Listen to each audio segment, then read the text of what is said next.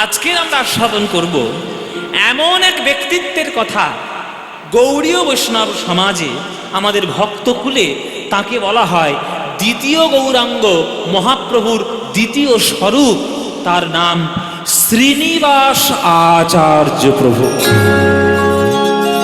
শ্রীনিবাস আচার্য প্রভু, এই শ্রীনিবাস আচার্যকে বলা হয় দ্বিতীয় গৌরাঙ্গ। কিন্তু কেন বলা হয়, কোথা থেকে তার জন্ম, কি তার বৃত্তান্ত, কি তার ইতিহাস, এবং তার আমাদের বৈষ্ণব জগতে তার গুরুত্ব কি, সব ঘটনা, সব কথা আজকের আমরা আস্বাদন করব। চলুন আমরা লীলা শুরু করি। কি নাম বললাম মায়েরা? হ্যাঁ, শ্রীনিবাস আচার্য। মন দিয়ে শুনবে। মহাপ্রভুর আশীর্বাদে, জগন্নাথের কৃপায় আজ লক্ষ্মীপ্রিয়া হলেন গর্ভবতী। সেই গর্ভ পরিপূর্ণ করে জন্মগ্রহণ করলেন।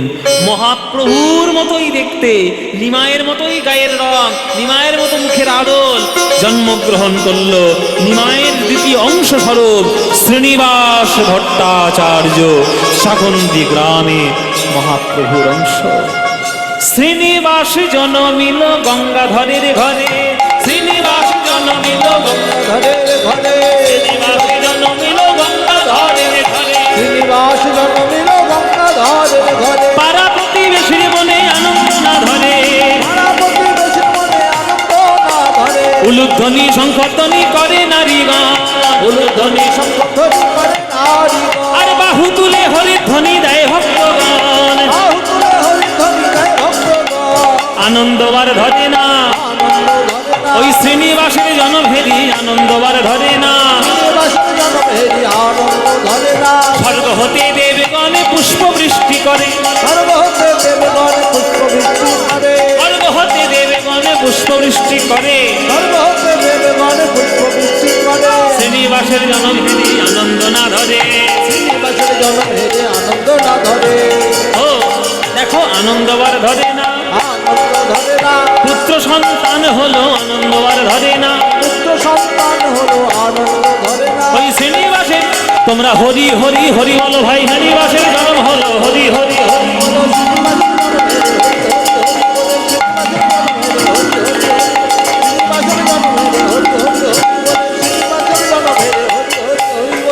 আনন্দ ধরে না, আনন্দ ধরে না, আনন্দ ধরে না। আনন্দ তো ধরবে। ও মায়ের আনন্দ হবে না? কি ও মায়ের আনন্দ হয় তোমাদের? পাড়া প্রতিবেশী যদি কারো ছেলে হয় আনন্দ হয় না? কি হয় কি হয় না? মুখে কি কুরু বেটেছ? হয় তো নাকি? আর যদি মেয়ে হয়? একটু মুখটা ছোট হয়। একটু যদি মুখ ছোট হয়, তোমাদের একবার শিক্ষা দিয়ে যাবো একবারে। এখনকার দিনে ওই সব বিচার বিবেচনা করবেন না, করা উচিত নয়। আমরা কুসংস্কারে করে মেয়েদেরকে সবসময় ছোট করে রেখেছি, ঘরের চার দেওয়ালের মধ্যে বন্ধ করে রেখেছি। হবে না। যে দেশ নারী শিক্ষার অগ্রগতি ভূমিকা রাখে না, সেই দেশের উন্নতি হওয়া কোনোদিন সম্ভব নয়। আমার কথা নয়, বিবেকানন্দের কথা। তাই মেয়েদেরকে পড়ান, স্কুলে পাঠান, শিক্ষিত করুন। ইঞ্জিনিয়ার, ডাক্তার, বিজ্ঞানী, কি হতে চাই হয়ে যাক, কোনো চিন্তা নেই। আপনারা যাদেরকে আদর্শ বলে পুজো করেন, তারা কত বড় শিক্ষাতে জানেন? কত বড় শিক্ষিতা তারা। রাধারানী, তার মতো শিক্ষিতা মেয়ে বৃন্দাবনে একটাও ছিল না। সীতামা, তার মতো শিক্ষিতা মেয়ে ওই জনকপুরীতে কেউ ছিল না। আর আপনারা আপনাদের মেয়েদেরকে 14-15 বছর বয়স হলেই হয়, যাও বিয়ে যাও, চলে যাও সংসার। কেন? তাহলে জন্ম দিয়েছেন কেন আপনি? বাবা মা হিসেবে আপনাদের কোনো কর্তব্য নেই? শুধু শারীরিক প্রক্রিয়া শুধু বাবা মা হতে হয় না, পিতৃত্ব মাতৃত্ব অর্জন করুন, তারপরে বাবা মা হন। আগে পিতা হওয়ার যোগ্যতা লাভ করুন, আগে মা হওয়ার যোগ্যতা লাভ করুন, তারপরে সন্তানকে জন্ম দিন। সে যোগ্যতা আপনার মনের মধ্যে হয়নি, আপনি সন্তানকে জন্ম দিলেন, একটা আত্মাকে ডেকে নিয়ে এসে তাকে ছোট করে তার জীবনটা নষ্ট করলেন আপনি। আপনি কি ভেবেছেন বাবা মা হিসেবে শুধু ছেলেদেরকে শুধু শাসন করলে হবে না?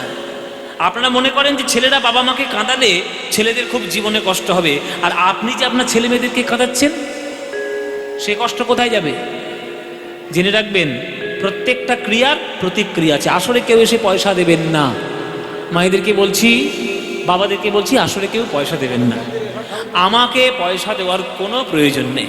আমার গান শুনে যদি ভাল লাগে 20 টাকা দেওয়ার ইচ্ছে হয়, দয়া করে আমাকে না দিয়ে এই দান পাত্রে, মন্দিরের দান পাত্রে গিয়ে দিয়ে আসবেন।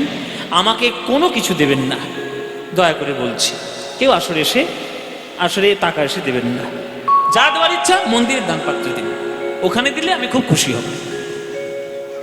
তো যেটা বলছিলাম যে মেয়েদেরকে শিক্ষায় অগ্রগতি তাদের করাতেই হবে, অগ্রগণ্য ভূমিকা নিতে হবে মায়েরা। তাই ছেলেও যেমন সন্তান জন্ম নিলে সেটাও যেমন আনন্দের বিষয়, কন্যা সন্তানেরও জন্ম হলে সেটাও একইভাবে সমানভাবে আনন্দের বিষয়। সুতরাং ওই মুখ ছোট করবেন না যে মেয়ে হয়েছে কেন, এসব এখনো চলছে। এসব আসলে আমরা বলছি কেন, এসব এখনো চলছে। এখনো খবরে শোনা যায় যে মেয়ে হয়েছে বলে বৌমাটাকে বিষ খাইয়ে মেরে ফেলেছে। হ্যাঁ, এসব এখনো ঘটে, মানে 2025 সাল চলছে, তবু এইসব ঘটনা ঘটে চলেছে। আপনারা ভাবতেই পারবেন না, এসব হবেন না। আপনারা নিজেরা একটু শিক্ষিতা হন।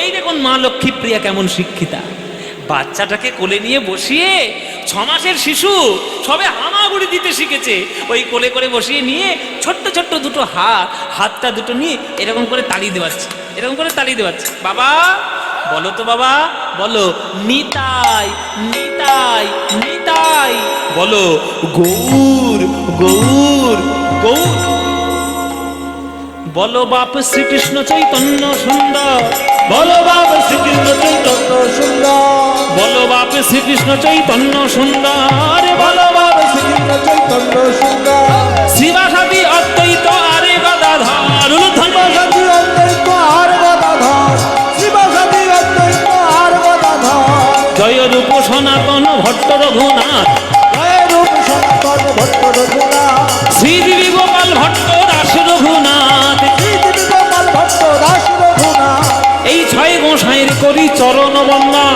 এই 6 গোসাইয়ের করি চরণ বন্দনা, আরে যাহা হইতে বিঘ্ন নাশ অভীষ্ট পূরণ, যাহা হইতে বিঘ্ন নাশ অভীষ্ট পূরণ। এই যে মাদেরকে বলছি, জীবনে শিখিয়েছে এরকম শিক্ষা? শিখিয়েছো কোলে বসে এরকম গান? কোলে আছে বাচ্চা, 6 মাসের বাচ্চা, আর তুমি নিজে বসে বসে সিরিয়াল দেখছো, বোঝে না, সে বোঝে না। তা তোমার বাচ্চা কি বুঝবে? কিছুই বুঝবে না। সোজা সাপ কথা বাবা, তাদের যার গায়ে রাগ লাগবে, আমার কিচ্ছু করার নেই। আমি সত্যি কথা বলছি, এই এখনকার দিনে যা অবস্থা হচ্ছে, বাচ্চা ছেলেদের হাতে মোবাইল ধরিয়ে দিচ্ছেন, যা তা তারা দেখে বেড়াচ্ছে, আর আপনারাও সেরকম নিশ্চিন্তে বসে আছেন। ওরকম করলে হবে না। আমি প্রত্যেকটি পরিবারের কথা বলছি, সেটা আমার পরিবার হোক, আপনার পরিবার হোক, আর যে পরিবার হোক, বাচ্চার হাতে মোবাইল দেবেন না। তাদের সঙ্গে নিজেরা খেলা করুন। মোবাইল না দিলে খাবে না তো খাবে না। আমাদের ছোটবেলায় আমাদের মোবাইল ছিল না, আমরা খাইনি, এক খাবার মেনে খাইয়ে দিয়েছে।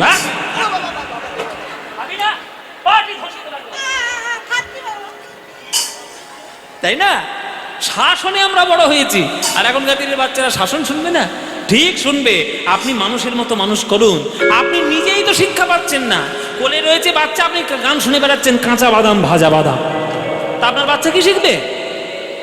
বাচ্চাদের যে দোষ দেন, দোষ বাচ্চাদের নয়, আপনাদের দোষ বেশি। এই দেখুন শিক্ষা কাকে বলে।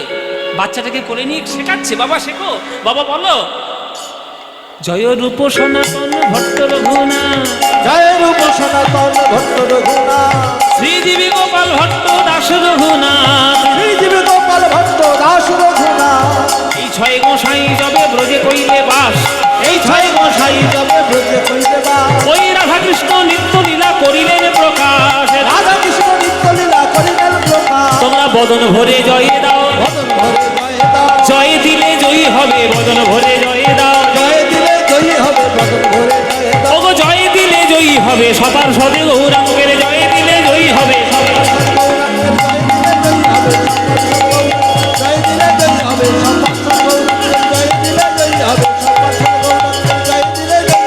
সবার সদে গৌরাঙ্গের জয় দিলে জয়ী হবে, বদন ভরে জয় দাও, বদন ভরে জয় দাও, বদন ভরে জয় দাও। যেমন জমি তেমন ফসল। বাবা মায়ের শিক্ষায় বড় হয়ে উঠল শ্রীনিবাস। পণ্ডিতের ছেলে তো পণ্ডিতই হবে মায়েরা। গঙ্গাধর পণ্ডিত, আর তার ছেলে পণ্ডিত হবে না? আশেপাশের যত মাস্টার মশাই আছে সবার কাছ থেকে শিক্ষা গ্রহণ করলো। শিক্ষায় কখনো বিভেদ করবেন না। যেখানে দেখিবে ছাই উড়াইয়া দেখো তাই, পাইলেও পাইতে পারো অমূল্য রতন। আপনি একটা 5 বছরের বাচ্চার কাছ থেকে যে জিনিসটা শিখে ফেলবেন, 80 বছরের বুড়োও আপনাকে শেখাতে পারবে না, স্কুলের মাস্টারও আপনাকে শেখাতে পারবে না। শিক্ষা সবার কাছ থেকে নিতে হয়। 12 বছর বয়স হলো শ্রীনিবাসের। শিক্ষিত হলে তার কথাবার্তার মধ্যে তো অন্য রকমের ভাব আসে। মায়েরা আস্তে আস্তে, কথা নয়, কথা নয়, একদম কথা বলবেন না, শুনুন মন দিয়ে। 12 বছরের ছেলে শ্রীনিবাস বাবার কাছে এসছে। বাবা, বলো শ্রীনিবাস, কি হয়েছে? আমি একটা কথা বলবো, কিছু মনে করবে না তো?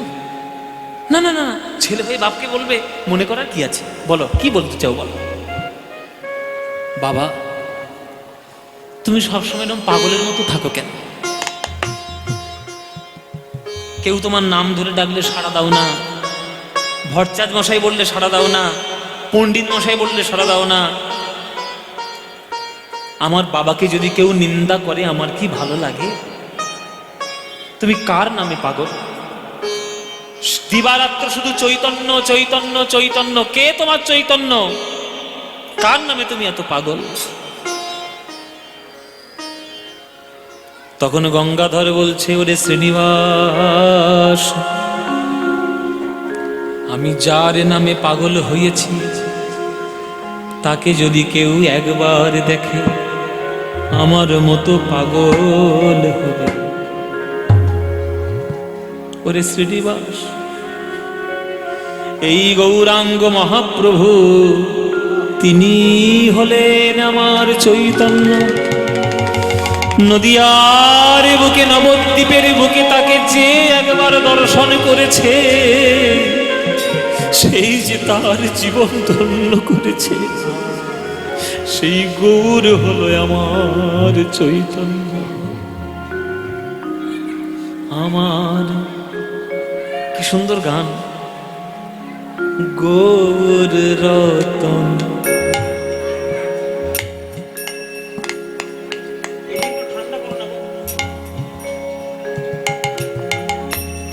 আমার গৌর রতন করে যত রাখবো হিয়ার মাঝে, গৌর ভূষণ করব ধারণ, যেখানে যেমন সাজে। আমার গৌর রতন করে যত রাখবো হিয়ার মাঝে, গৌর ভূষণ করব ধারণ, যেখানে যেমন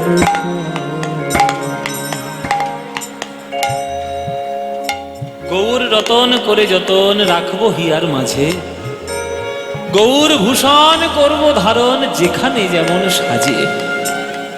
মায়েরা, রাস্তায় চলতে গিয়ে তুমি যদি একটা সোনার তাল পাও, সেটা কি সকালবেলা লোকের উঠে পাড়ায় দেখিয়ে দেখিয়ে বেড়াবে? সোনার তাল পেয়েছি, সোনার তাল পেয়েছি, সোনার তাল পেয়েছি বলবে? কি বলবে? হ্যাঁ কি না? কি করবে?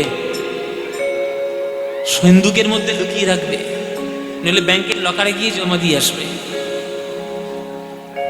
তেমন আমার গৌর হচ্ছে একটা রত্ন, যাকে পাওয়ার পর শুধু হৃদয়ের মধ্যে সাজিয়ে রাখতে হয়, বিলিয়ে দিতে নয়।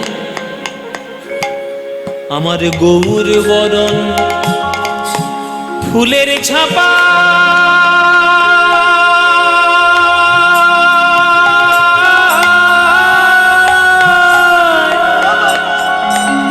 আমি লটন বাঁধব চুলে, গৌর বরণ ফুলের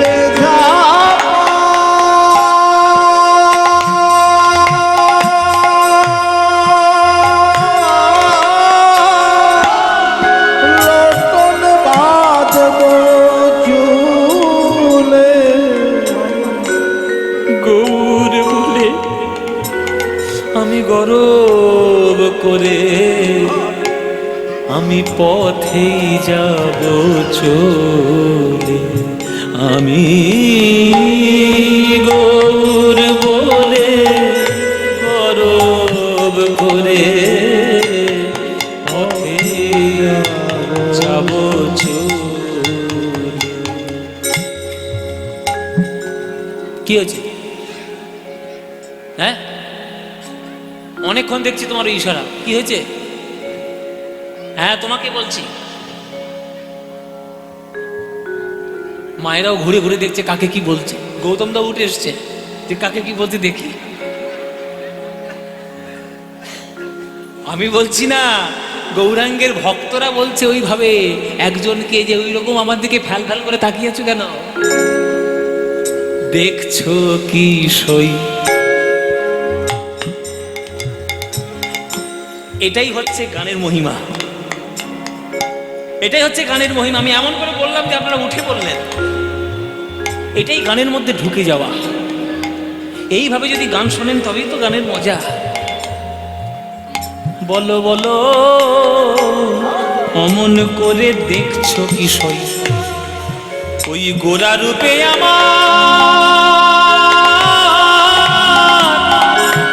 আমার সকলই গেল ভেসে, দাস লোচন বলে উতূহলে,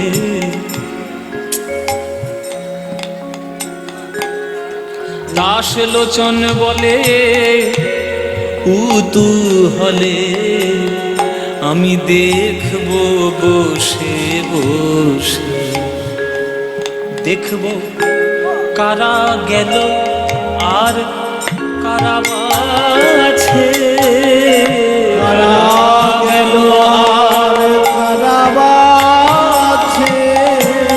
আমি গৌর ভালোবেসেছি বলে দেখব কারা গেল কারা আছে। আমি গৌর ভালোবেসেছি বলে কারা গেল আর কারা আছে। আমি গৌর ভালোবেসেছি বলে দেখব কারা আমায় ভালোবাসে। গৌর ভালোবেসেছি বলে দেখব কারা আমায় ভালোবাসে। গৌর ভালোবেসেছি বলে দেখব কারা আমায় ভালোবাসে। গৌর ভালোবেসেছি বলে আমি পথের কাঙাল হলাম বলে গৌর ভালোবেসেছি বলে আমি পথের কাঙাল হলাম বলে মুখে গৌর গৌর গৌর গৌর ভালো।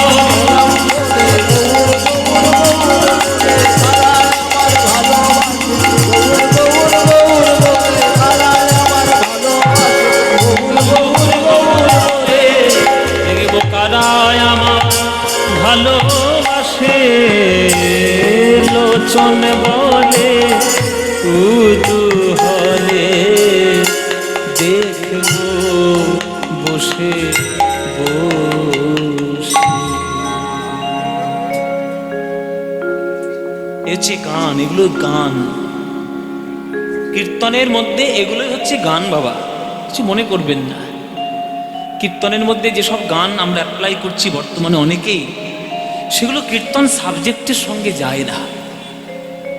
বাংলার বৈষ্ণব পদাবলী কীর্তন, তাতে বাংলা ভাষার প্রাধান্য থাকবে। সেটা নজরুল ইসলামও লিখতে পারে, সেটা রবীন্দ্রনাথও লিখতে পারে, সেটা রজনীকান্তও লিখতে পারে, কিন্তু কোন প্রসঙ্গে আমি কি গান গাইছি সেটাকে আমাকেই বিচার বিবেচনা করতে হবে। এই লোচন দাসের পদ।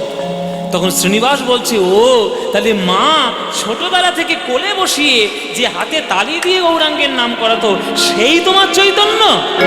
আরে হ্যাঁ বাবা, তোমার মুখে চৈতন্যের অনুরাগ, তোমার মুখে চৈতন্যের কথা, তার গুণাবলী শুনে আমার জীবনে বড় অনুরাগ হলো। আমি কেমন করে গৌরাঙ্গকে দর্শন করব তুমি বলে দাও। আমি যে দেখতে চাই। শ্রীনিবাস, দেখতে যদি চাস ঘরে থেকে তোর লাভ নাই। আমার নিমাই শরীর ভালো নয়, শুনেছি সে নাকি অজ্ঞান হয়ে যাচ্ছে। সে নাকি অজ্ঞান হয়ে গেলে উঠতে পারছে না, চোখ বড় বড় হয়ে যাচ্ছে।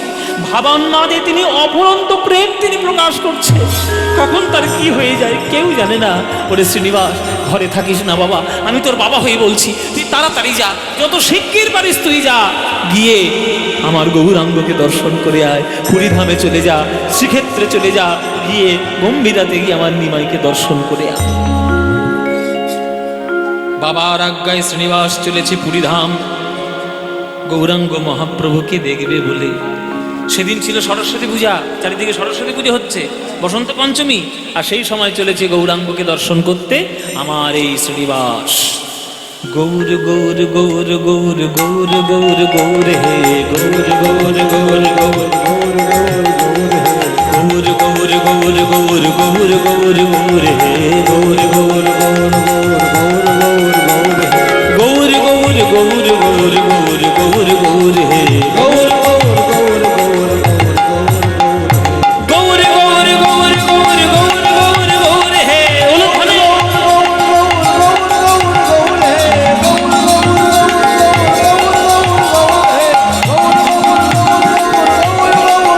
গৌর হে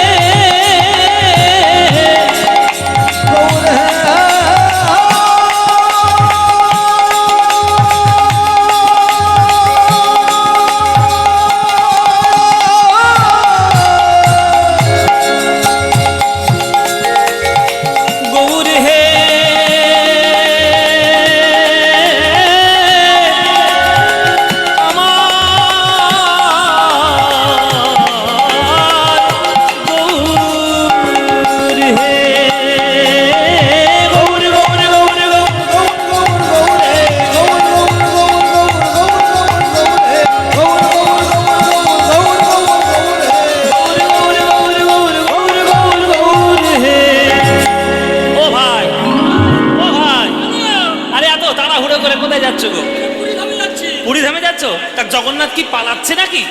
এত হুড়ো তারা করার কি আছে?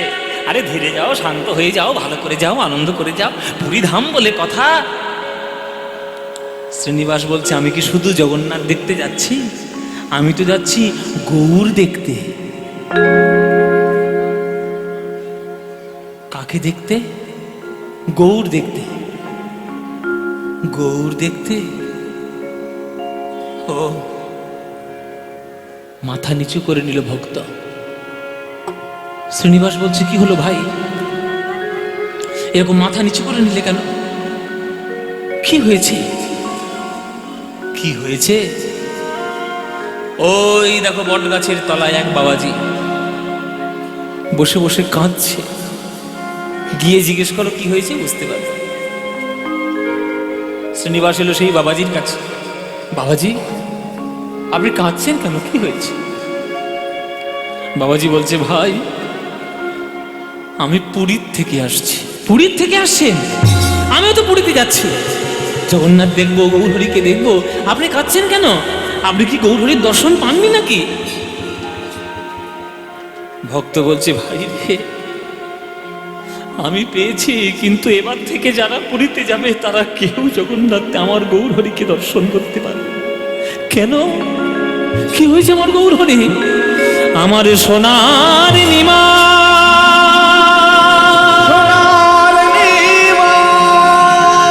আমার চৈতন্য মহাপ্রভু ওই পুরী ধামে নাই।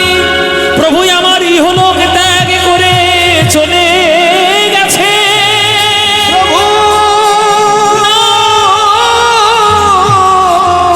প্রভু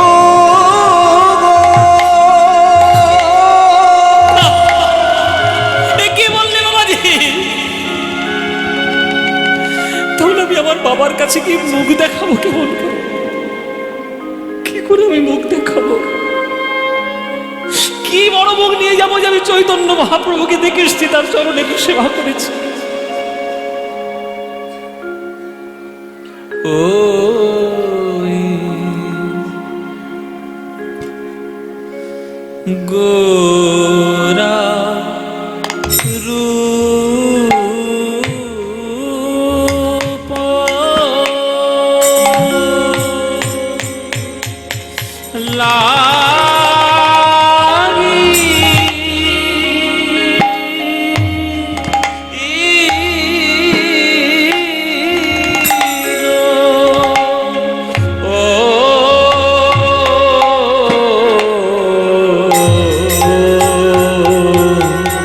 গোরারূপ লাগিল নয়ন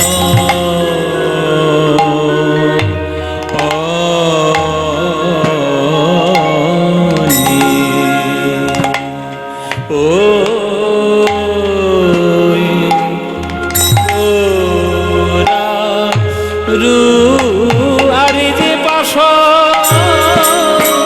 দিতে নারী ওই সদাই আমার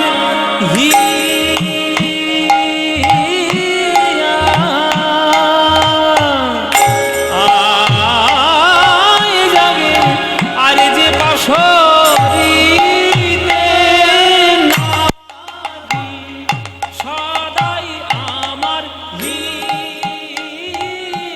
মধ্যম দশকোষী তাল আয় জাগে আরে যে বাঁশরীতে নারী সদাই আমার আয় জাগে আরে যে বাঁশরীতে নারী সদাই আমার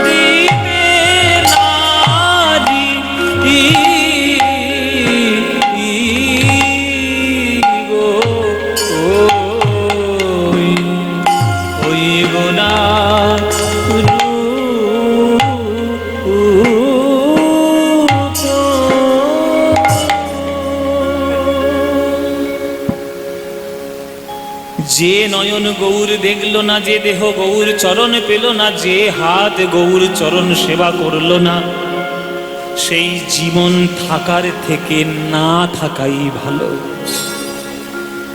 সুরধনী গঙ্গার জলে ঝাঁপ দিয়ে পড়তে গেছে শ্রীনিবাস, ঝাঁপ দিয়েই জিতে যাবে শ্রীনিবাস গঙ্গার জলে। শ্রীনিবাস কি ডাকলো আমার? আমি তোমার গৌর হরি। প্রভু তুমি আমায় ডাকছো, দৈববাণী কেন করছো? দেখা কেন দিলে না? কেন চলে গেলে? শ্রীনিবাস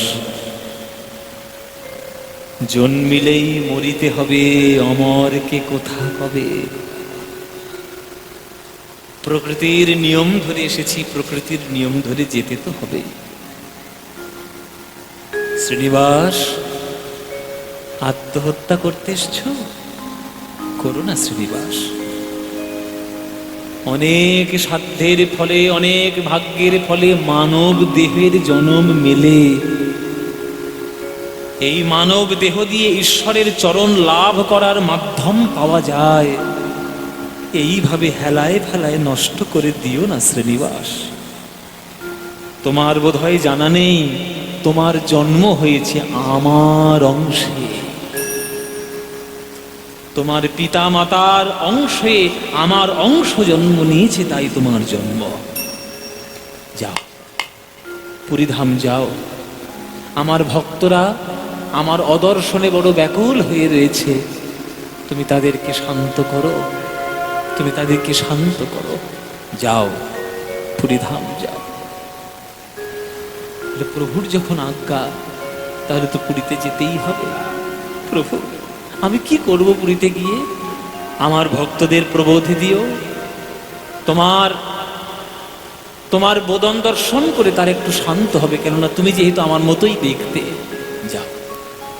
প্রভুর আজ্ঞায় শ্রীনিবাস আত্মহত্যা করার পরিকল্পনা পরিত্যাগ করলেন, আবার চলেছে পুরীধাম। গৌর গৌর গৌর গৌর গৌর গৌর গৌর হে গৌর গৌর গৌর গৌর গৌর গৌর হে গৌর গৌর গৌর গৌর গৌর গৌর গৌর হে গৌর গৌর গৌর গৌর গৌর গৌর গৌর হে গৌর গৌর গৌর গৌর গৌর গৌর গৌর হে গৌর গৌর গৌর গৌর গৌর গৌর হে আহা গৌর গৌর গৌর গৌর গৌর গৌর গৌর হে গৌর গৌর গৌর গৌর গৌর গৌর হে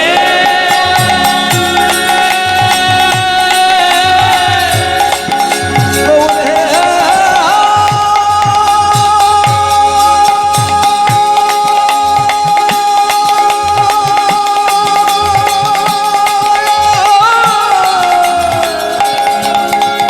আমার গৌর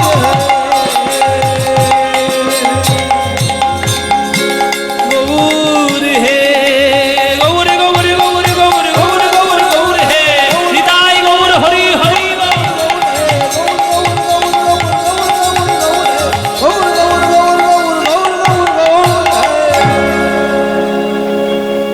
পুরীতে সারা পড়ে গেল, গৌর এসছে, গৌর এসছে, দ্বিতীয় গৌর এসছে, দ্বিতীয় নিমাই, দ্বিতীয় নিমাই, দ্বিতীয় নিমাই।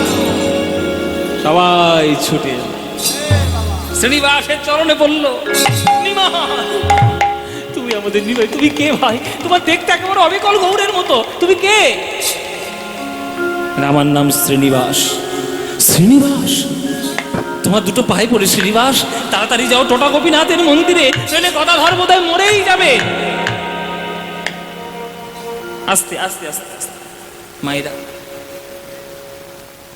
গৌরাঙ্গ মহাপ্রভুকে ভালোবেসে গদাধর কিন্তু চলে গেছিল নবদ্বীপ ছেড়ে পুরীধাম।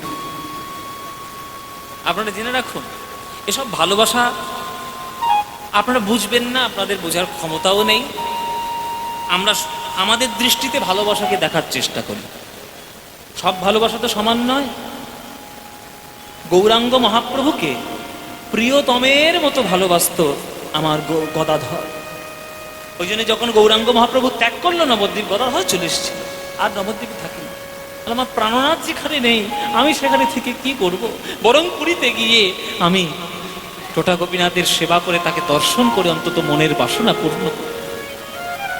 গদাধর প্রচন্ড ভালোবাসত গৌরাঙ্গ মহাপ্রভুকে, কিন্তু চলে যাওয়ার পর অর্ধমৃত অবস্থা, মরে যায় এই অবস্থা। আর সেই সময় শ্রীনিবাস এসে দাঁড়িয়েছে পুরীধামে।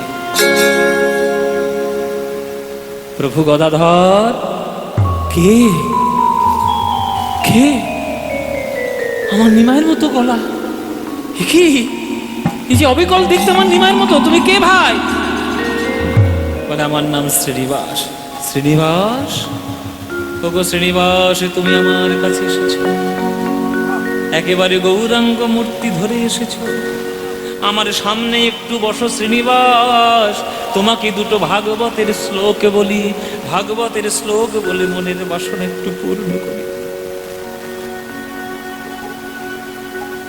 বরহা পীড়ং নটবরবপু, সবাই হাত জোড় করুন। শ্রীমদ্ ভাগবত পাঠ করছে গদাধর। বরহা পীড়ং নটবরবপু कर्णयो कर्णिकारं बिभ्रद्वासो कणककपिशां वैजयन्तीं च मालम्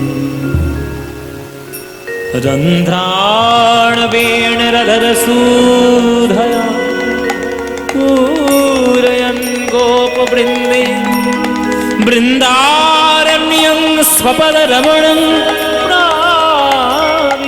गीतकीर्तिः বৃন্দাবনং সখি ভুব বিতনোতি কীর্তিং यदि देवकी सुतपदाम्बुजलब्धलक्ष्मी गोविन्द वेणो मणमात्तमयोरनृत्यं प्रेक्षादिसान्यपरतान्य समस्तसत्त्वं संसारसिन्धोमतिदुस्तनमूर्तितीर्षं नन्यप्लव भगवत् पुरुषोत्तमस्य लीलाकथाश्रेणिसेवनमन्तरेण पुंस भवेद विविध दुःखदवार्दित।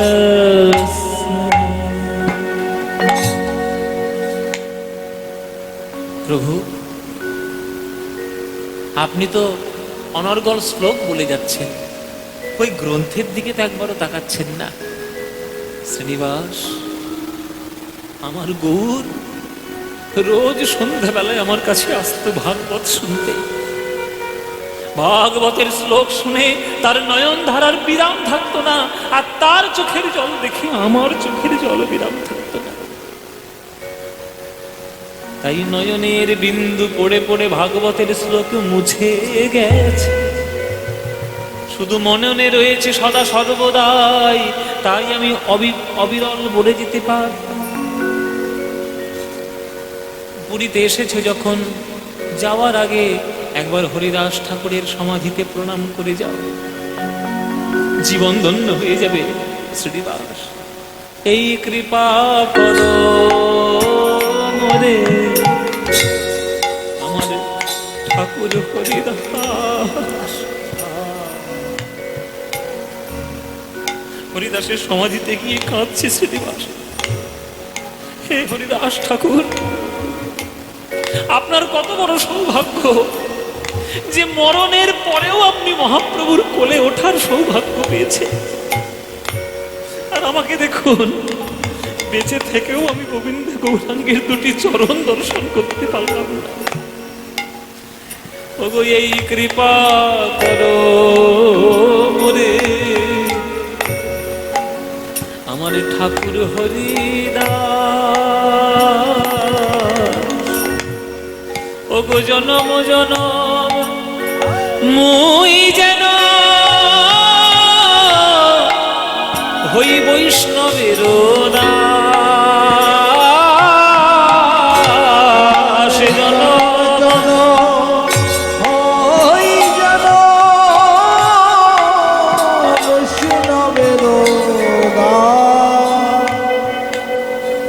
যেন হরি সেবা করতে পারি, যেন হরি সেবা করতে পারি। এই কৃপা করো আমায় ওগো ঠাকুর হরিদাস, যেন হরি সেবা করতে পারি। কৃপা করো ঠাকুর হরি হরি সেবা করতে পারি। আস্তে, আপনারা যারা গান শুনছেন, পুরীতে তো যান, হরিদাস ঠাকুরের সমাধি দেখেছেন, দর্শন করেছেন? এখনকার দিনের তো পুরীতে যাওয়া, তীর্থধাম যাওয়াটা একটা আমোদ প্রমোদের ব্যাপার হয়ে গেছে। এখনকার দিনে মানুষের যা নিম্নগামী রুচি, এখন তীর্থগুলোকেও বাদ দিচ্ছে না, সেটাও আমোদ প্রমোদের জায়গা। অখাদ্য কুখাদ্য খেয়ে নালার মধ্যে মুখ ঢুকিয়ে পড়ে থাকে, আর মনে মনে ভাবছে পুরীতে গেছি, ছাই গেছে, ছাই হতো। এই মনোভাব নিয়ে যারা পুরীতে যাও, অন্য তীর্থে যাও, তাদের ছাই হবে বলে দিলাম। মনের মধ্যে পবিত্রতা আর শ্রদ্ধা না থাকলে তীর্থধামে কোনোদিন পা রাখবে না। বেড়ানোর জায়গা অনেক আছে, বেড়াতে যাও, দীঘায় চলে যাও, দার্জিলিং চলে যাও, গ্যাংটক চলে যাও, গোয়া চলে যাও, হ্যাঁ, সিমলা মানালি চলে যাও, হুনুলুলু চলে যাও।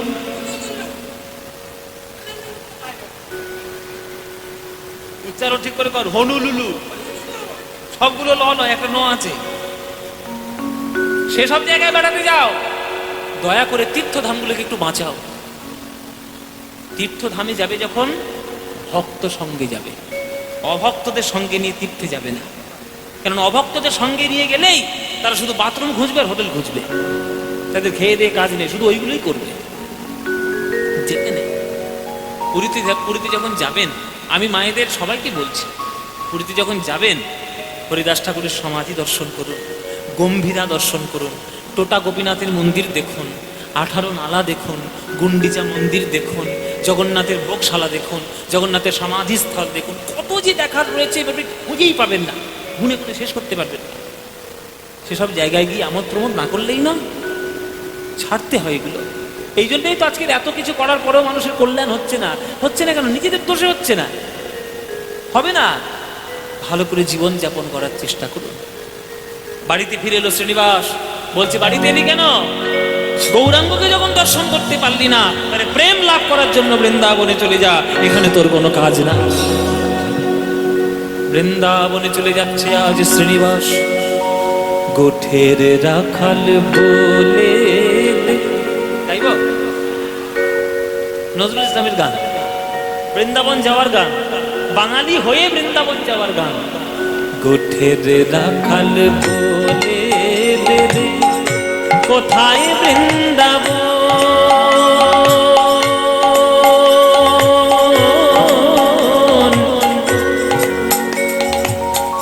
রাখাল রাজা গোপাল খেলে অনুক্ষণ, কোথায় বৃন্দাবন,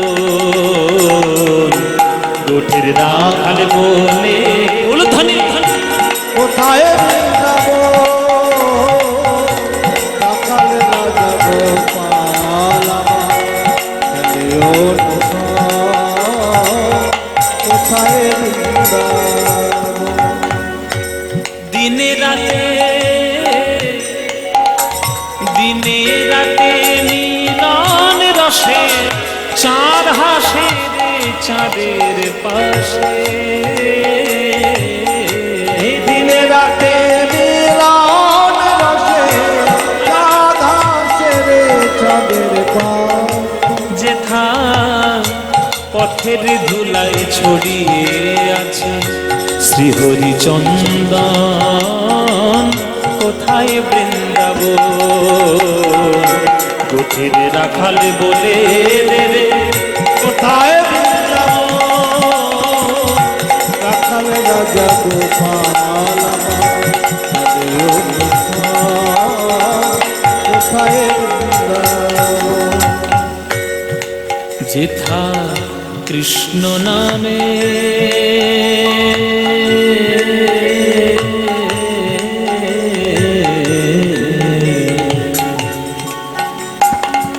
কৃষ্ণ নামের রে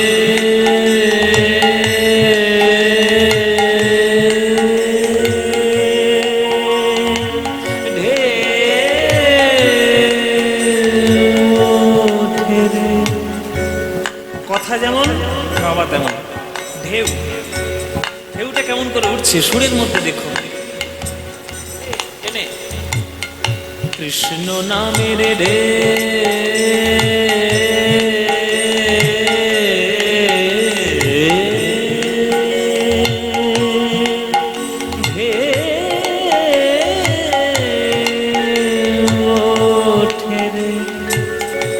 সুনীল যমুনায় কমল বনে আজ কানুর নুপুর শোনা যায় গো, নুপুর শোনা যায়। ধাসা রে গা রে গা রে গা রে গা রে গা পা গা, ধাসা রে গা রে গা রে গা পা রে দা গা গা পা সা রে দা পা রে দা পা দা গা। দুটো গায়ের খেলা, দুটো গান ধার। ধাসা রে গা মানে কমল গা, আর ধাসা রে গা শুদ্ধ গা, একে বলে ক্রোম্যাটিক নোট। দুটো নোট যদি পরপর লাগে, এই দুটো নোটের কি সুন্দর খেলা। এসব গান যেমন, সুর তেমন, এসব গানে আমরা মজে থাকি বাবেরা। আমাদের গান, এই সব গান আমাদের হৃদয়ের মধ্যে এমনভাবে জুড়ে আছে, ও বাইরের যতই লুঙ্গি ডান্স আর প্যান্ট ডান্স হোক না কেন আমাদের জীবনে ধরবে না। ওসব গান আমাদের মনের মধ্যে জীবনে দাগ কাটবে না। হ্যাঁ গো, কারোর যদি মধু খাওয়ার অভ্যাস হয়ে যায় তার ওই নকুল দানা চাটতে ইচ্ছে করে। এটা হচ্ছে নকুল দানার গান, আমরা মধু খাই। গুরুদেবের কাছ থেকে এসব গান শেখা। কৃষ্ণ নামের রে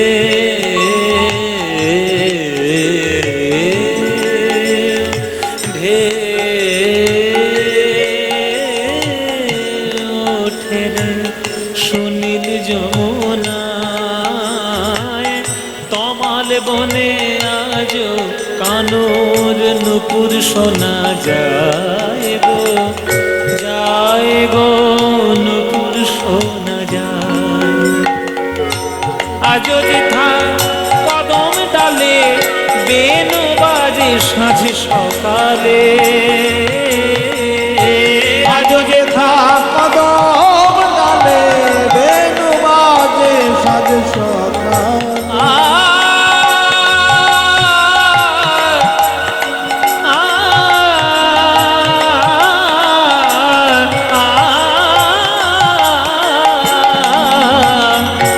আজ যেথা কদম ডালে বেনু বাজে সাঁঝ সকালে,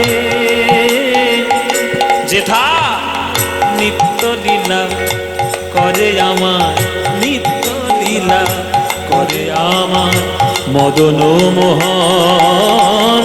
কোথায় বৃন্দাবন তোঠের ডাকানে বলে রে, কোথায় বৃন্দাবন। হরি বল, হরি বল।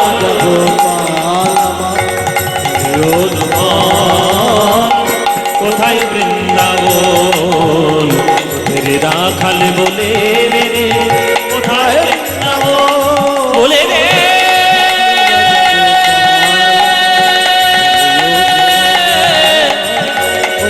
বলে দে,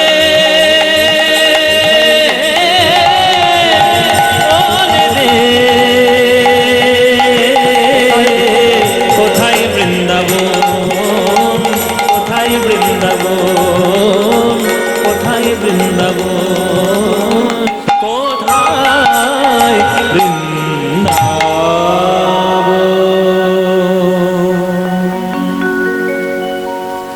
সবাই বলুন বৃন্দাবন ধাম কি, বৃন্দাবন ধাম কি, বৃন্দাবন ধাম কি। বলুন শ্রীমতী রাধা রানী কি, শ্রীমতী রাধা রানী কি, শ্রীমতী রাধা রানী কি। বলো প্রেম সে রাধে রাধে, बोलो राधे राधे, बोलो राधे राधे। वृंदावनं सखि भूववितनोति कीर्ति यदि देवकी सुतपदाम्बुजलब्धलक्ष्मी गोविन्द वीणो मनमत्तमयूर नृत्यं ऋक्षासान्यपरतान्य समस्तसत्त्वम्। वृंदावन के लिए की बोलते हैं मायरा? हैं? राधे राधे কেন হরি হরি বললে হবে না? গৌর গৌর, হরে কৃষ্ণ, হরি বল, জয় গুরু, কি বলতে হবে? রাধে। রাধারানীর করুণা না হলে আপনি ঢুকতে পারবেন না বৃন্দাবন। আচ্ছা একটা কথা সত্যি কথা বলবেন আমার কাছে, একদম ফাঁকিবাজি পারবেন না। ঠাকুরের সামনে বসে আছেন কিন্তু বুকে হাত রেখে বলুন, বুকে হাত রেখে বলুন, কারা কারা প্রেম করেছেন হাত তুলুন।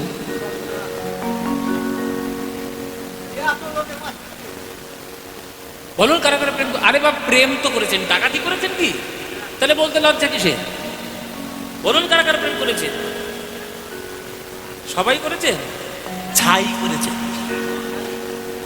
সবাই করে ছাই করেছে।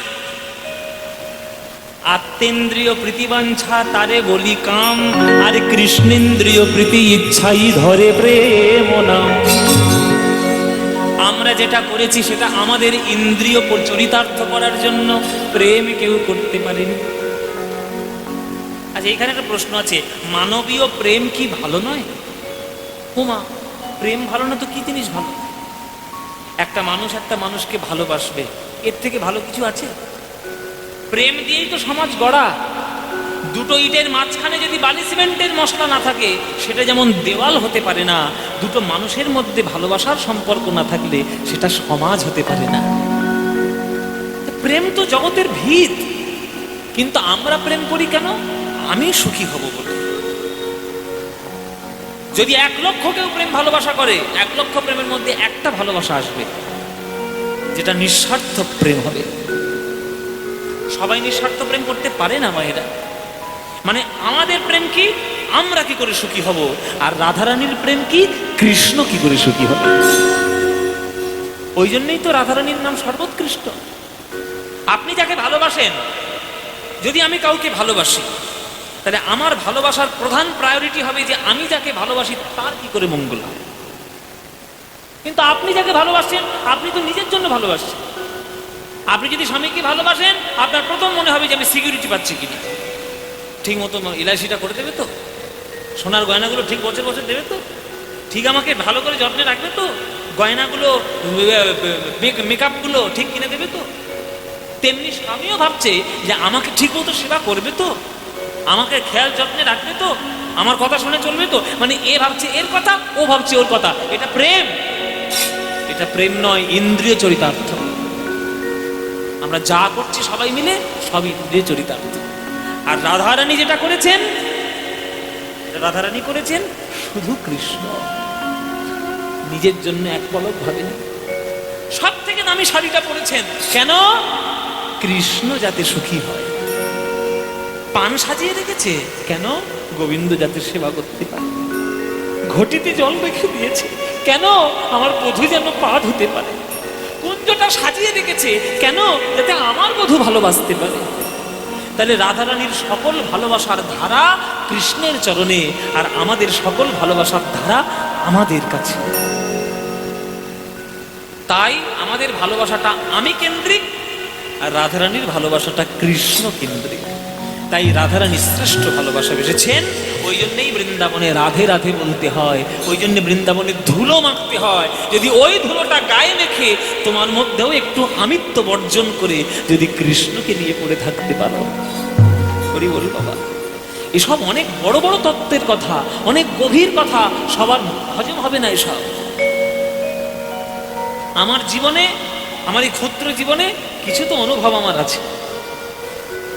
আমি আজ কীর্তন করছি, এতদিন কম দিন নয় মায়েরা। আমি কীর্তন করছি প্রায় 28 বছর কীর্তন করছি। 28 বছর আমি কীর্তন করছি। জীবনও গেছে অনেকটা, কিছু তো অভিজ্ঞতা হয়েছে। সেই অভিজ্ঞতা দিয়ে বলছি, ভালোবাসা সবার জন্য নয়, আমরা ভালোবাসতে পারি না। তাই রাধারানীকে আদর্শ করে চলতে হয়। যদি ওই আদর্শে নিজের ভালোবাসাটাকে রাখতে পারি, তবে ভালোবাসাটা ভালোবাসা। সেই ভালোবাসার ধুলো মাখার জন্য শ্রীনিবাস এসছে বৃন্দাবনে। গোপাল ভট্ট দাঁড়িয়ে রয়েছে 2 বাহু তুলে। শ্রীনিবাস, গুরুদেব আপনি আমার নাম জানেন? বলেন জানবো না? গতকাল রাত্রে স্বপ্নের মধ্যে আমার গৌর হরি আমাকে দর্শন দিয়ে বলেছে তোমাকে দীক্ষা দেওয়ার জন্য। এ সময় তোমায় দীক্ষা দেব। এই গোপাল ভট্ট কে মায়েরা? ও বাবারা, গোপাল ভট্ট কে? এই যে আমরা 6 গোসাইয়ের জয়ধ্বনি দিই না, কি বলি আমরা? জয়রূপ, আপনারা জানেন তো সবাই। জয়রূপ, সনাতন, ভট্ট, রঘুনাথ, তারপরে শ্রীজীব, গোপাল ভট্ট, দাস রঘুনাথ। এই হচ্ছে গোপাল ভট্ট 5 নম্বর। এই গোপাল ভট্ট তখন বৃন্দাবনে থাকতেন, তিনি মহাপ্রভুর আজ্ঞাতেই এসেছিলেন। তাই তিনি দীক্ষা দিলেন শ্রীনিবাসকে। শ্রীনিবাসকে দীক্ষা দেওয়ার পর বলছি, যাও শ্রীনিবাস, ভাগবত হচ্ছে শ্রেষ্ঠ। নিম্নগানং যথা গঙ্গা দেবমামুচ্যতে যথা বৈষ্ণবানং যথা শম্ভ পুরাণানাং মিদং তথা। নদীদের মধ্যে গঙ্গা শ্রেষ্ঠ, দেবতাদের মধ্যে বিষ্ণু শ্রেষ্ঠ, বৈষ্ণবদের মধ্যে শিব শ্রেষ্ঠ, আর শাস্ত্রদের মধ্যে ভাগবত শ্রেষ্ঠ। যাও ভাগবত পাঠ শেখো। তার কাছে শিখবো গুরুদেব? জীব গোস্বামীর কাছে চলে যাও। জীব গোস্বামী কে বাবা? রূপ সনাতন গোস্বামীর ভাইপো জীব গোস্বামী। তার কাছে শ্রীমদ্ ভাগবত শিখলেন।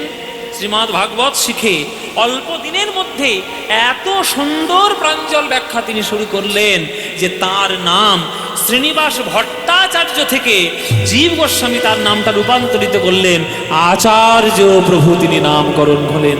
বৈষ্ণব জগতে শ্রীনিবাস আচার্য, ভট্টাচার্য থেকে আচার্য, তিনি শ্রীনিবাস আচার্য রূপে ভূষিত হলেন। আবার ফিরে এলেন বাংলায়, ফিরে এসে লীলা শুরু করলেন।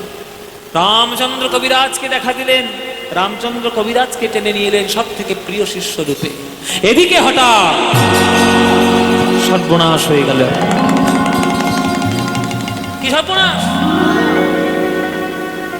পাশের জেলা বাঁকুড়া, বাঁকুড়া জেলার রাজা বীর হাম্বির। ও মায়েরা, কি নাম বললাম? হ্যাঁ, বাঁকুড়ার বিষ্ণুপুর চেনে তো? বিষ্ণুপুরের তখন রাজা ছিল বীর হাম্বির। এই বীর হাম্বির রাজা কেমন রাজা? দিনের বেলায় তিনি যখন সিংহাসনে বসেন তিনি তখন রাজা, আর রাত যখন হয়ে যায় ডাকাতের সর্দার। বিরাট বড় ডাকাত। কেন ডাকাতি করে? বাঁকুড়া জেলাটা এমন একটি জেলা বাবা, যে পশ্চিমবঙ্গ, বিহার আর উড়িষ্যা তিনটের বর্ডার শেয়ার করে বাঁকুড়া। আপনি পশ্চিমবঙ্গের ম্যাপ দেখবেন, তিনটের বর্ডার কিন্তু বাঁকুড়া শেয়ার করে। এখন যদিও প্রশাসনিক কারণে ঝাড়গ্রাম আলাদা হয়ে গেছে, পশ্চিম বর্ধমান আলাদা হয়ে গেছে, নানান কারণ হয়েছে, সেটা আমি যাচ্ছি না। কিন্তু আগেকার দিনে ঝাড়খণ্ড তো ছিল না, আগেকার দিনে পুরোটাই বিহার ছিল।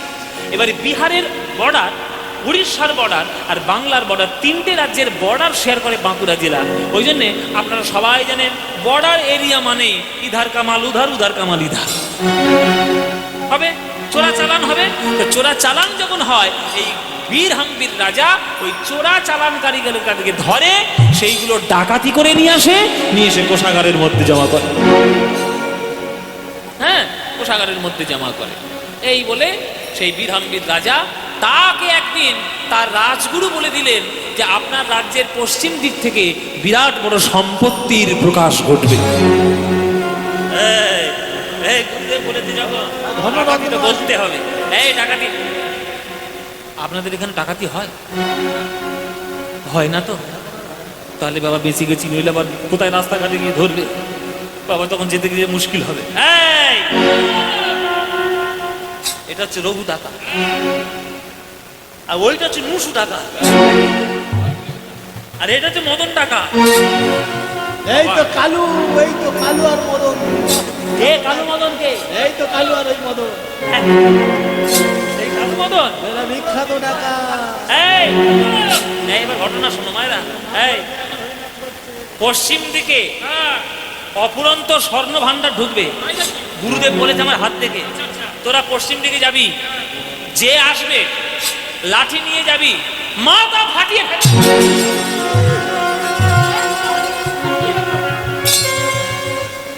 সব ডাকাতি করে নিয়ে আসবে। ও মায়েরা, তারা তো লাঠি ফাটি নিয়ে পশ্চিম দিকে একেবারে দাঁড়িয়ে রয়েছে। সম্পত্তি ঢুকছে, সম্পত্তি। কি সম্পত্তি ঢুকছে বাবা?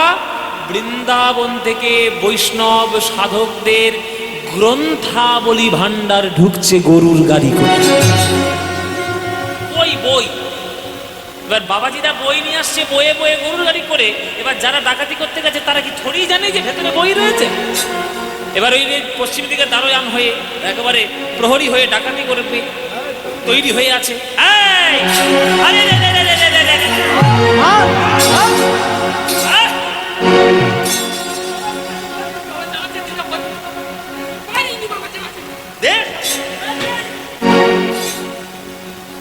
পুরো গরুর গাড়িটা ডাকাতি করে নিয়ে, আর সকালবেলা কি আনন্দ, সোনার পাত নিয়ে এসছি রে বাবা, পুরো গরুর গাড়ি ডাকাতি করেছি মহারাজ। এই দেখো গরুর গাড়ি পুরো ডাকাতি করেছি। খোল খোল খোল খোল, কাঠের পেটি খোল, দেখি কত রত্ন ভান্ডার আছে। উমা, রত্ন ভান্ডার কি শুধু তাল পাতা? তখনকার দিনে তাল পাতায় লেখা হতো না, পুঁথি পুঁথি পুঁথি লেখা হতো না, ভুর্জিপত্র, তাতে পুঁথি লেখা হতো। যত খুলছে শুধু তাল পাতা বেরোচ্ছে আর ভুর্জিপত্র বেরোচ্ছে। কি ডাকাতি করতে, কি ডাকাতি করলি তোরা? মহারাজ আপনি যেমন বলেছেন ডাকাতি করে নিচ্ছি, এগুলো কি আমরা তো নিজেরাও জানি না। এই এক কাজ কর, এই এই মদন, এই এক কাজ কর, এই গুরুদেবকে ডেকে নিয়ে যা, ব্যাস চক্রবর্তীকে ডেকে নিয়ে। ব্যাস চক্রবর্তী এসছে, একটা একটা করে পুঁথি খুলছে। সর্বনাশ! মহারাজ আপনি কি পেয়েছেন? আপনি কি মনে মনে ভাবেন শুধু সোনা দানা গয়নাগাটি কেবলমাত্র রত্ন? যে রত্ন ভান্ডার আপনার কপালে জুটেছে কারোর কপালে আজ পর্যন্ত জুটে নাই, জুটে নাই। ভক্তির অসামৃত সিন্ধু, হরিভক্তি বিলাস, দানকেলি কৌমদি, উজ্জ্বল নীলমণি, সব বৃন্দাবনের বাবাজিদের লেখা, সেটাই কাঠের পেটিতে ভর্তি করে এসছে। এসব আমাদের জন্য নয়। এমন একজন ভক্তকে ডাকুন যে এই গ্রন্থের মর্যাদা বুঝবে। কাকে ডাকা হলো মায়েরা? বলে কাকে ডাকবো আর আমরা তো জানি না। তাহলে এক কাজ করো, ঢেড়া পিটিয়ে দাও। ঢেড়া পিটিয়ে দিলে চারিদিকে খবর চলে গেল, যে এই গ্রন্থের মানে বলতে পারবে সেই গ্রন্থ নিয়ে যাবে। কানে এলো শ্রীনিবাসে, চললেন জাজিগ্রাম থেকে বাঁকুড়ার বিষ্ণুপুর মহারাজকে শিক্ষা দেওয়ার জন্য। এক একটি করে গ্রন্থ ভান্ডার উদ্ধার করলো, এক একটি ব্যাখ্যা শুরু করলো। শ্রীনিবাস আচার্য প্রভু এমন ব্যাখ্যা, এমন তার প্রাঞ্জল, তার এক একটি সুমধুর কণ্ঠে তার বাণী একবার যখন শুনছে, পুরো ওই বিষ্ণুপুরের রাজসভা তামসিক জগতে থেকে আজ সাত্ত্বিক জগতে প্রবেশ করছে। যে বীরহাম্বীর রাজা টাকা পয়সা ছাড়া কিচ্ছু জানতো না, সে ছুটে এসে আমার শ্রীনিবাসের চরণে আশা রেখে বলল, প্রভু মোর শ্রীনিবাস, পুরাইলে মনের আশ, তু আবিনা গতি নাহিয়ার রে। নিতাই গৌর হরি হরি বল। গতি নাহি আর রে। আমি আছি নো মায়ার কীট, আমার বড়ই লাগি তুমি দেখাইলা অমিয়ার ধার। ও মাইরা, একটা গোবরে পোকা আর একটা মৌমাছি, দুজনের মধ্যে বন্ধুত্ব হয়েছে। মায়েরা বলছে, বাবা আবার কেমন বন্ধুত্ব? গোবরে পোকার মৌমাছি বন্ধুত্ব কি আবার বলে কয়ে হয় নাকি? কারোর সঙ্গে কারোর বন্ধুত্ব হয়ে যায়। বিচার করে দিনক্ষণ থেকে পাঁচি থেকে হয়। গোবরে পোকার সঙ্গে মৌমাছির বন্ধুত্ব। এবার মৌমাছি গোবরে পোকাকে জিজ্ঞেস করছে, এ গোবরে পোকা, তুই কি খাস সারাদিনে? তখন গোবরে পোকা বেশ বুক ফুলিয়ে বলছে, আমি গোবর খাই। যে বলেছে গোবর খাই, তখন মৌমাছির হাসি আর ধরে না। হাসিস কেন? বলে খাস গোবর, আবার মুখ ফুলিয়ে বলছিস? তুই যেটা খাস সেটা জগতের নিকৃষ্ট বস্তু, সেটা গরুর বিষ্ঠা। তাহলে তুই কি খাস? আমি জগতের শ্রেষ্ঠ জিনিস খাই। জগতের সব থেকে সৌন্দর্য হচ্ছে ফুল। সেই ফুলের মধ্যে থাকে পরাগ, তার মধ্যে থাকে রেণু, আর তার মাঝখানে থাকে মধু। সেই মধু আমি পান করি। তখন গোবরে পোকা বলছে, ওরে মৌমাছি, আমার মুখে কি একটু মধু দিতে পারবি রে? তোমরা ভেবে দেখো মায়েরা, যদি কোনো গোবরে পোকার মুখে কোনো মৌমাছি গিয়ে একটু মধু ধরিয়ে দেয়, আর কি কখনো সে গোবর খাবে? আর খাবে গোবর বাবা? তত্ত্ব কি? এখানে গোবরে পোকা কারা? এখানে গোবরে পোকা বললাম আমরা। সংসারের বিষ্ঠা, সংসারের গোবর আমরা খেয়ে বেঁচে আছি, আর মনে মনে ভাবছি খুব ভালো আছি। কিন্তু কোনোদিন যদি কোনো ভাগ্যে গুরুরূপী মৌমাছির সন্ধানে মিলে যায়, সেই গুরুরূপী মৌমাছির সন্ধান থেকে কৃষ্ণ নামামৃত প্রেমামৃত যদি মধু একেবারে পেয়ে যাও, আর সংসারের গোবর ভালো লাগবে না। আছি নো মায়ার কীট, আমার বড়ই লাগি তুমি দেখাইলা অমিয়ার ধারে, দেখাইলা অমিয়ার ধারে। যেমন আপনাদের এই এলাকায়, আপনাদের এই তল্লাটে একজন মৌমাছি ছিলেন। মৌমাছি আজ উড়ে গেছেন, আজ আর নেই। এই যে সামনেই ঝাড়খণ্ডে দলদলি বাবা ছিলেন না, তিনি সমাধি গেছেন, তিনি সমাধিস্থ হয়েছেন। কিন্তু কত ভক্তের মুখে তিনি হরিনাম ফোটাতে পেরেছেন, কত ভক্তকে তিনি কৃষ্ণ পথে নিয়ে এসেছেন। এইরকম মৌমাছি আপনি খুঁজে নিন। মৌমাছির হুল ফুটলে যন্ত্রণা হয়, কিন্তু গুরুরূপী মৌমাছির হুল যদি ফুটে যায় তাহলে কৃষ্ণ প্রেমামৃত দেহ হয়ে যায়, কৃষ্ণ প্রেমামৃত দেহ হয়ে যায়। ওই মৌমাছিটাকে খুঁজে বেড়ান। আছে নো মায়ার কি আমার বড়ই লাগিত মিঠ, দেখাইলা অমিয়ার ধারে,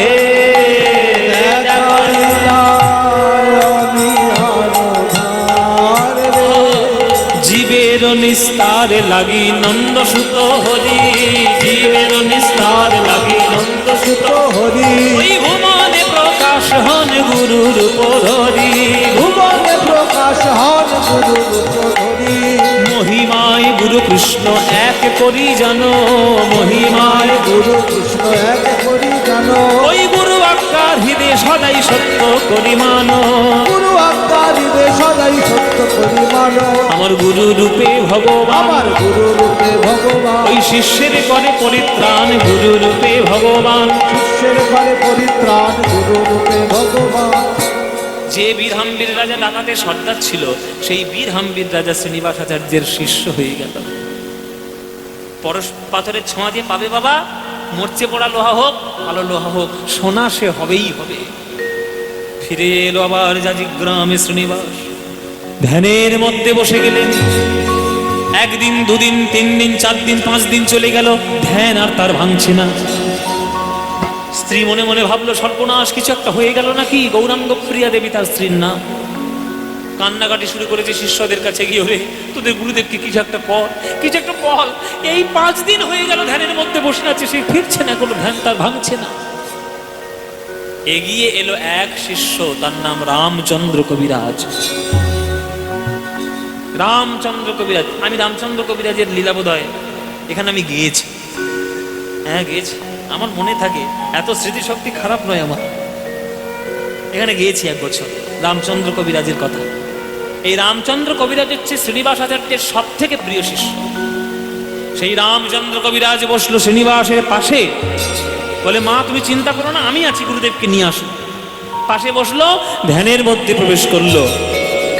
প্রবেশ করে দেখছে গুরুদেব কোথায়? গুরুদেব রয়েছে বৃন্দাবনে যমুনার তীরে। যমুনার তীরে বসে বসে কাঁদছে।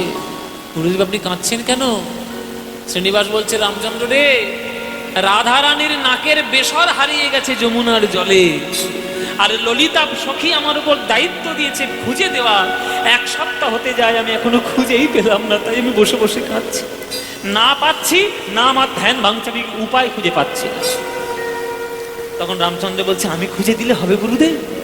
তুই খুঁজে দিবি? পারবি? নিশ্চয়ই পারবো, তাহলে খুঁজে দে।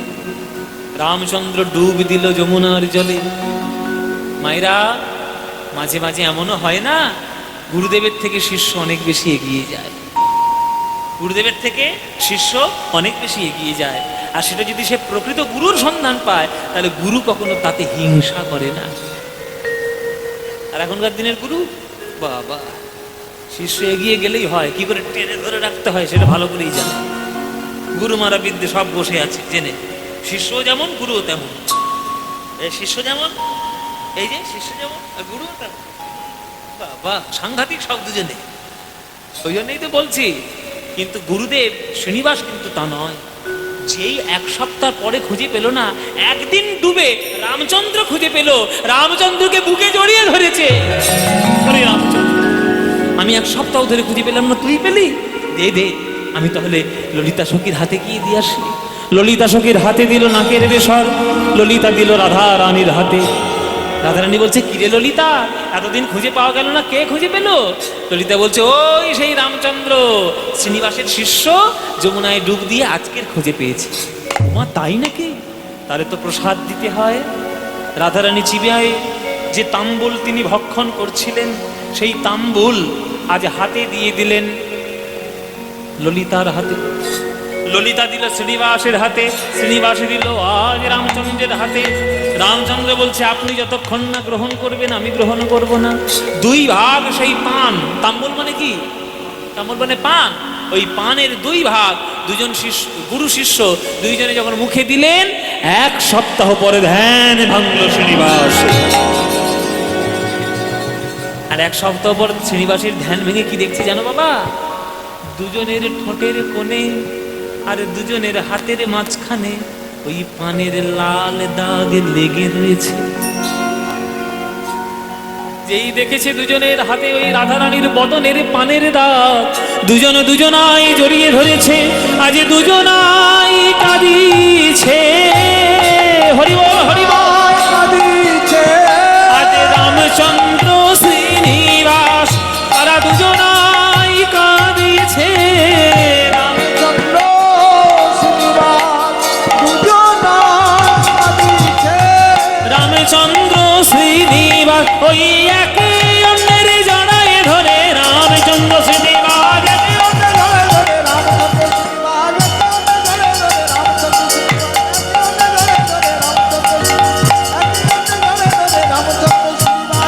জড়ায়ে ধরে। আজ দুজনাই কাঁদিছে। এই জায়গায় গ্রামে রামচন্দ্র কবিরাজ আর শ্রীনিবাস আচার্য দুজনের হলো মহামিলন। আপনারা যেখানে যান, বহু টাকা খরচা করে অনেক জায়গা দেখতে যান, আপনাদের নিজেদের জেলায় এত ভালো জায়গা আছে, দেখতে গেছেন কখনো? ওই জন্য তোমাদের দশা থেকেই লিখেছে কবি, দেখা হয় নাই চক্ষু মেলিয়া, ঘর হতে শুধু 2 পা ফেলিয়া, একটি ধানের শীষের উপর। ভাব সম্প্রসারণ পড়নি মাধ্যমিকে? একটি শিশির বিন্দু। খেয়ে দিয়ে কাজ নেই, কাঞ্চনজঙ্ঘা দেখতে যাচ্ছে। মাঠে যাও, মাঠে যাও, ধান গাছ হয়ে আছে, তার মধ্যে বিন্দু পড়ে কুয়াশার, ওই বিন্দুর মধ্যে সূর্যের রোদ হীরের মতো চকচক করে। অনুভূতি চাই। অনুভূতি যদি থাকে, কুঁড়ে ঘরটা রাজপ্রাসাদ হয়। অনুভূতি না থাকলে রাজপ্রাসাদটাও কুঁড়ে ঘরের ভালোবাসা দিতে পারে না। তাই শ্রীনিবাস আচার্যের তার বাসস্থান, তার লীলাভূমি হচ্ছে জাজিক গ্রাম। কাটোয়ার পাশেই হচ্ছে জাজিক গ্রাম। সেই জাজিক গ্রামে আজ সেই গুরু আর শিষ্যের মহামিলন হলো। আয়োজি মেনে যাওয়ার আগে একটা ভজন গিয়ে যাই, আর একটা কথা বলে দিই। আচ্ছা, এক মিনিট একটা ঘোষণা। আপনাদের অনেকে ভালো লাগতেও পারে, অনেকে খারাপ লাগতেও পারে। আগামী ডিসেম্বর মাসে ক্রিসমাস মানে পরদিনের ছুটি, 24শে ডিসেম্বর, একটা চলচ্চিত্র মানে সিনেমা রিলিজ হচ্ছে। সিনেমাটির নাম লহ গৌরাঙ্গের নাম রে। আর সেই সিনেমাটা ডিরেকশন দিয়েছেন সৃজিত মুখার্জি। উনি কলকাতার স্বনামধন্য একজন চিত্র পরিচালক। সৃজিত মুখার্জির সিনেমা। মিউজিক যিনি দিয়েছেন তিনি কলকাতার স্বনামধন্য সঙ্গীত পরিচালক ইন্দ্রদীপ দাশগুপ্ত। তার সুরে, তার কম্পোজিশনে আমার এই প্রথম সিনেমায় গান গাওয়ার সুযোগ, আমি প্রথম প্লেব্যাকের চান্স পেয়েছি। এইটা আমার এই হেলো সারেগামাপায় চ্যাম্পিয়ন হওয়ার পর, তো এইটা আমার প্রথম সিনেমায় গাওয়া গান। মানে নিজে গিয়েছি। অন্যান্য সিনেমা সেটাতে ব্যাকগ্রাউন্ড মিউজিক আমি কাজ করেছিলাম, কিন্তু এটা আমার পিওর গান একটা আছে। তো ইন্দ্রদীপ দাশগুপ্তের সুরে আগামী আপনাদের সিনেমা ঘরে আসছে 24শে ডিসেম্বর। সবাই দেখতে যাবেন। গৌরাঙ্গ মহাপ্রভুকে নিয়ে একটা রিসার্চের সিনেমা, মানে বিষয়বস্তুটা হচ্ছে গবেষণার বিষয়।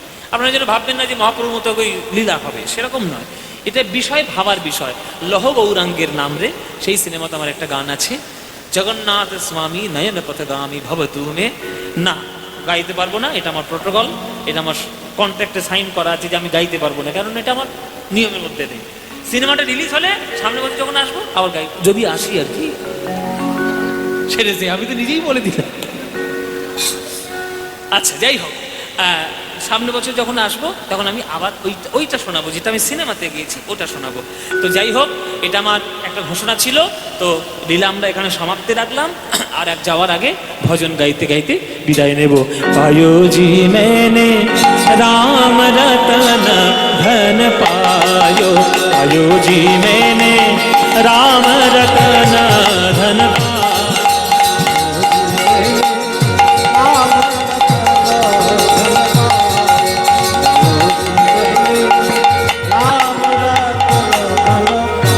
वस्तु अमोलित दिए मेरे सतगुरु, वस्तु अमोलित दिए मेरे सतगुरु, कृपा कर अपनायो, पायो जी मैंने राम रतन धन पायो, पायो। সবাই আসলে আসবেন না, গানটা গাইতে দিন।